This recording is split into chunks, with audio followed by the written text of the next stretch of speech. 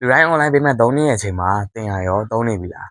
ဒါဆိုလို့ရှိရင် PayPal account ကိုဘယ်လိုမျိုးအလွယ်ကူဆုံးနဲ့အမြန်ဆုံးဖောက်ရမလဲဆိုတာကိုကျွန်တော်ကိုယ်တိုင်အသေးစိတ်ပြသွားမှာဖြစ်ပါတယ်။ Canada region နဲ့ဖြစ်ပြီးတော့ဖုန်းနံပါတ်မှာတစ်ခုမှမလိုတဲ့အပြင်လွယ်ကူရိုးရှင်းတဲ့ account တစ်ခုကိုကျွန်တော်ကိုယ်တိုင်ဖောက်သွားမှာဖြစ်ပါတယ်။ဗီဒီယိုလေးမစခင်မှာကျွန်တော်ရဲ့ channel လေးကို like and subscribe လေးလုပ်ပေးပါအောင်ဗျ။ဒါဆိုလို့ရှိရင် tutorial စပါမယ်။အရင်ဆုံး Chrome ထဲဝင်ပါမယ်။ Chrome ထဲဝင်ပြီးတော့လို့ရှိရင် paypal.com ဆိုပြီးတော့ရှားပါမယ်။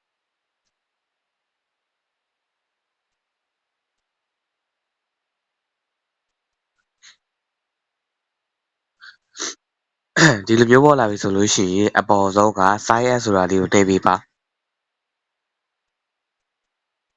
ပြီးလို့ရှိရင်ကျွန်တော်တို့ personal account နဲ့ business account ဆိုပြီးတော့ရွေးရပါတယ်အဲ့ဒီအချိန်မှာကျွန်တော် personal ကိုနှိပ်ပြီးတော့ get start လုပ်ပါမယ်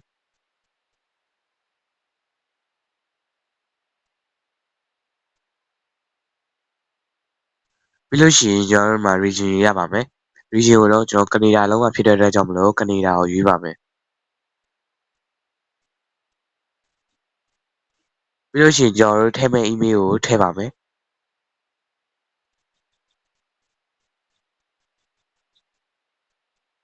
ပြီးလို့ရှိရင်ကျွန်တော်ဖုန်းနံပါတ်ကိုထည့်ပါမယ်ဖုန်းနံပါတ်ကိုကျွန်တော်ကနေဒါဖုန်းနံပါတ်ထဲမှာဖြစ်တဲ့အတွက်ကြောင့်မလို့ကျွန်တော်ခုနကတော့ Chrome ထဲကိုပြန်ပြီးတော့သွားပါမယ်ပြီးလို့ရှိရင် new chat နှိပ်ပြီးတော့ new chat နှိပ်ပြီးတော့ကျွန်တော်တို့ရဲ့ကနေဒါဖုန်းနံပါတ် SMS ဆိုပြီးတော့ရှာပါမယ်ကနေဒါဖုန်း SMS ဆိုပြီးတော့ရှာပါမယ်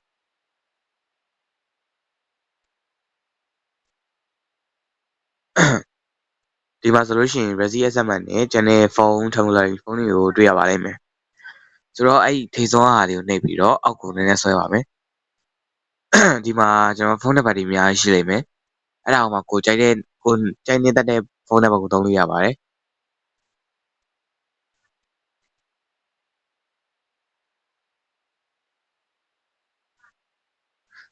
ဒီဖုန်းနံပါတ်တွေက public ဖြစ်တဲ့အတွက်ကြောင့်မလို့ကျွန်တော်တို့ SMS တွေကတော့အမြဲတမ်းဝင်နေမှာပဲဗျကောင်းဖောက်ရုံနဲ့အတွက်ပဲကောင်းပါတယ်ဆိုတော့ copy ပါမယ်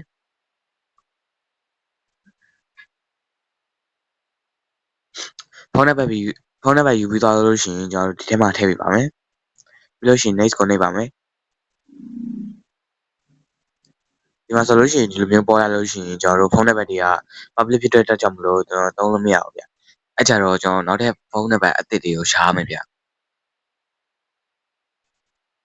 ဖုန်းနံပါတ်ကိုကျွန်တော်ထည့်လို့ရသွားပြီဆိုလို့ရှိရင်ခုနကတော့ကျွန်တော်ရွေးခဲ့တဲ့ဖုန်းနံပါတ်ကိုပေါ့နော်ခုနကတော့ကျတော့ကျွန်တော်အဲ့ဒီရွေးလိုက်တဲ့ပထမဆုံးရွေးလိုက်တဲ့ဖုန်းနံပါတ်ကကျတော့သုံးလို့မရလို့ကျွန်တော်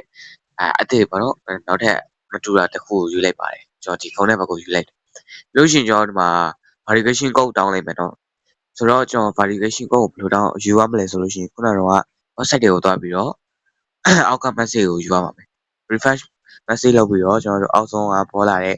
ဒီမှာနော် PayPal account ဆိုတဲ့ဟာဒီမှာ399133အဲ့လေးကိုထည့်ပေးရပါမယ်399133ဒီမှာဆိုလို့ရှိရင် create password ပါနော် create password အဲ့ကျွန်တော် password ထည့်ရပါမယ် password ထည့်ပြီးသွားပြီဆိုလို့ရှိရင်ကျွန်တော်တို့ next ကိုနှိပ်ပါမယ်ပြီးလို့ရှိရင်ကျွန်တော်ဒီမှာ personal info ထည့်ပေးရပါမယ်ဆိုတော့ကျွန်တော် personal info ထည့်ပါမယ်ဗျကျွန်တော်နာမည်နဲ့ birthday ထည့်ပြီးလို့ရှိရင်ကျွန်တော်တို့အောက်ဆုံးကဟာလေးပေါ့နော်ဒီဟာလေးကိုကျွန်တော်ရွေးပေးရမယ်အဲ့ဒါကိုမရွေးရင်ကျွန်တော်တို့ birthday ထဲမှာ16နှစ်အချက်ကရွေးတာအကောင်းဆုံးပါပဲဗျ16နှစ်အချက်မဟုတ်လို့ရှိရင်ကျွန်တော်တို့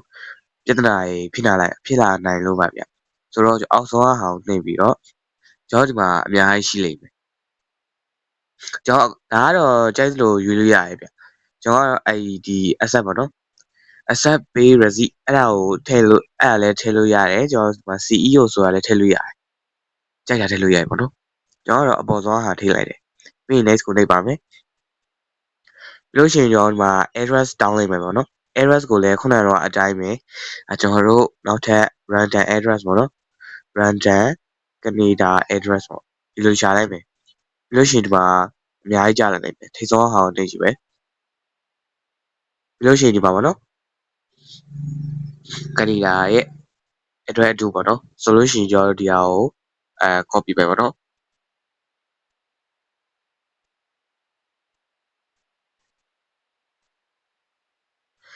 copy ပြီးတော့ကျွန်တော်တို့ခုနက line 1 address 1ဆိုတဲ့ဟာကိုထည့်ပေးပါမယ် address line 1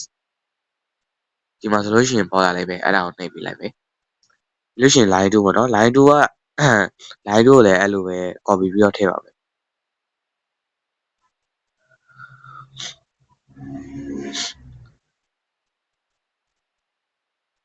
ဒီမှာထည့်လိုက်ပြီဆိုလို့ရှိရင်ကျွန်တော်တို့ရပါပြီ agree and create account ပြီးလို့ရှိရင်မှာပေါ်လာပြီပေါ့နော်ဒီမှာ CD ကသူ auto choice တော့ choice သွားပြီပေါ့နော်ပြီးလို့ရှိရင် poster code ထည့်ပေးရမယ် poster code ကိုကြတော့ခုနကတော့ region ရဲ့ဟိုခုနကတော့ address ရဲ့အောက်မှာပေါ့ဒီမှာ poster code ပေါ့နော်ဈေးကုန်းက poster code နဲ့တူပါတယ်ဒီမှာကျတော့ဈေးကုန်းလိုပဲပေါ်တာတကယ်တော့ poster code ပါဒါကို copy လိုက်မယ်ဒီ poster code က line 1နဲ့ line 2က2မှာမဟုတ်ဘူးဗျာဘာလို့ဆိုလို့အဲကြောင့်မလို့ကျွန်တော်တို့ poster code ကိုထိတ်ဆုံးအားတစ်ခုပဲသုံးပေးရမယ်နှစ်ခုသုံးလို့မရဘူးပေါ့နော်ဆိုတော့ဒီမှာ poster code ထည့်ပါမယ်ထည့်ပြီးလို့ရှိရင်နှိပ်ပါမယ်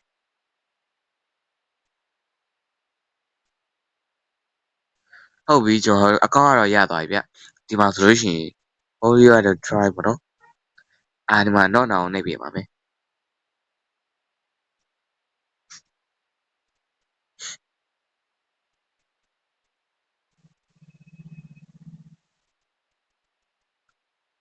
ခုနကတော့ရွေးပြီးသွားလို့ရှိရင်ကျွန်တော်တို့ဒီမှာ link ကတ်ပေါ့နော်ကတ်ကို link လောက်ခိုင်းနေဒါပေမဲ့ကျွန်တော်တို့ကတ်မရှိဘူးဆိုလို့ရှိရင်လည်းဒီမှာအောက်မှာကျွန်တော်နောက်နှောင်းနှိပ်လို့ရတယ်ဒါမှမဟုတ်လို့ရှိရင်တခါတည်းကျွန်တော်ရဲ့ visa ကတ်တို့အဲ့လိုမျိုးနော်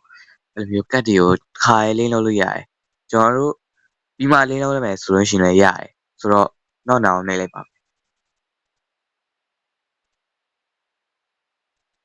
ခရုံးရွေးမယ်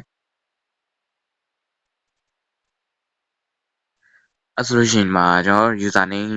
ထည့်ပြရမှာနော်ဆိုတော့ကျွန်တော်သူတို့ပေးရဲ့ name အတိုင်းပဲတွားလိုက်မယ် continue ပြီးလို့ရှိရင်ကျွန်တော်တို့ဒီမှာ Gmail ရဲ့ verification code တောင်းလိုက်မယ်ဗျ verification လုပ်ပြီးသွားဆိုလို့ရှိရင်ကျွန်တော်ဒီမှာ account ရသွားပြီပေါ့နော် account ရသွားလို့ရှိရင်တခါတည်းတော့သုံးလို့အဆင်မပြေသေးဘူးမှာဆိုလို့ရှိရင်ကျွန်တော်ဒေါ်လာတွေပါချင်းအောင်ပါနော်ဆိုတော့ကျွန်တော်ဒီမှာ manage currency ကိုသွားမယ်ပြီးလို့ရှိရင်ဒီမှာဆိုလို့ရှိရင်ဒီလိုပေါ်လာလိမ့်မယ်နော်ဒီမှာကကနေဒါ primary ဖြစ်နေရပါတော့ဒါက USDT ပြောင်းနေပါတော့ဒီကနေဒီ USD ကိုနဲ့ဒီဘေးကမြင်းပြောက်3ပြောက်လေးကိုနေလိုက်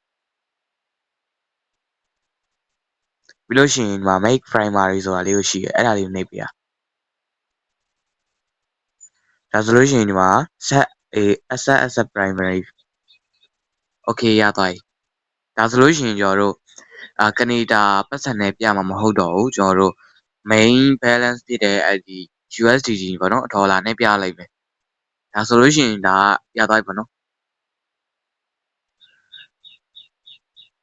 ဒါဆိုလို့ရှိရင်ဒါကလွယ်ကူဆုံးနဲ့အမြန်ဆုံး PayPal account ဖောင်နည်းဖြစ်ပါတယ်အားလုံးနားလည်မယ်လို့ပြောလင့်ပါတယ်